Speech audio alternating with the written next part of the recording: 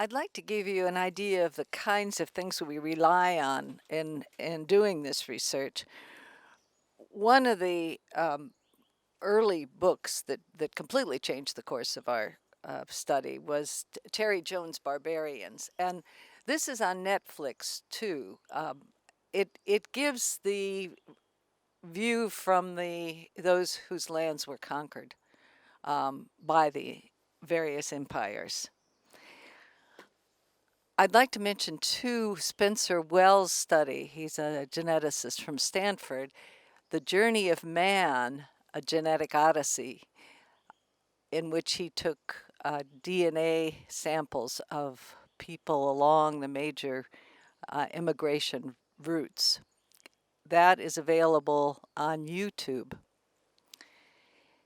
On sites at the museums and archaeological digs, we get books such as these that talk about local sites and their significance.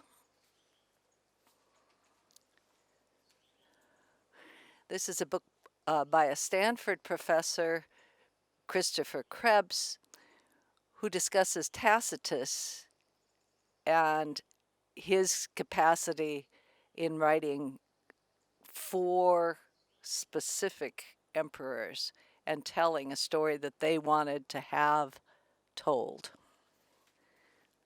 Books like these we get along the way too, dealing with specific people and circumstances that we're looking into. This is the story of the Cathars who were in Carcassonne,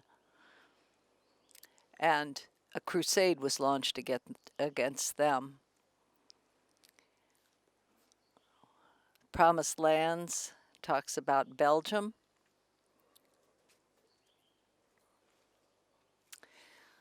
A noble pursuit is key to our research. The Duchess of Mecklenburg before World War I started discovering Hallstatt-era artifacts in Slovenia. Harvard University's Peabody Museum now has the largest part of her collection that is in the U.S. This book was published by Harvard Press and talks about the thousands of artifacts that she found before archaeology was pretty much shut down because of the two world wars.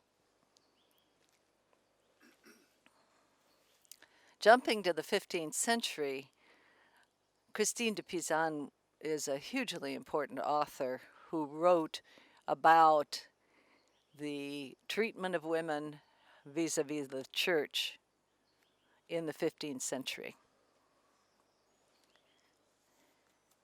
Along those lines, too, is a Stanford professor who wrote this book about her quest to find tapestries that had been long lost but known. And this is a beautifully illustrated and written book.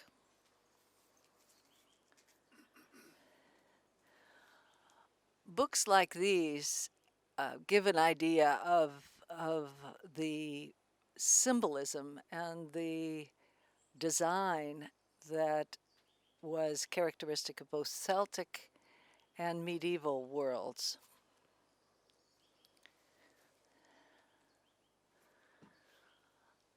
A book that we were able to find at Alesia at the archaeological dig talks about the importance of looking at names.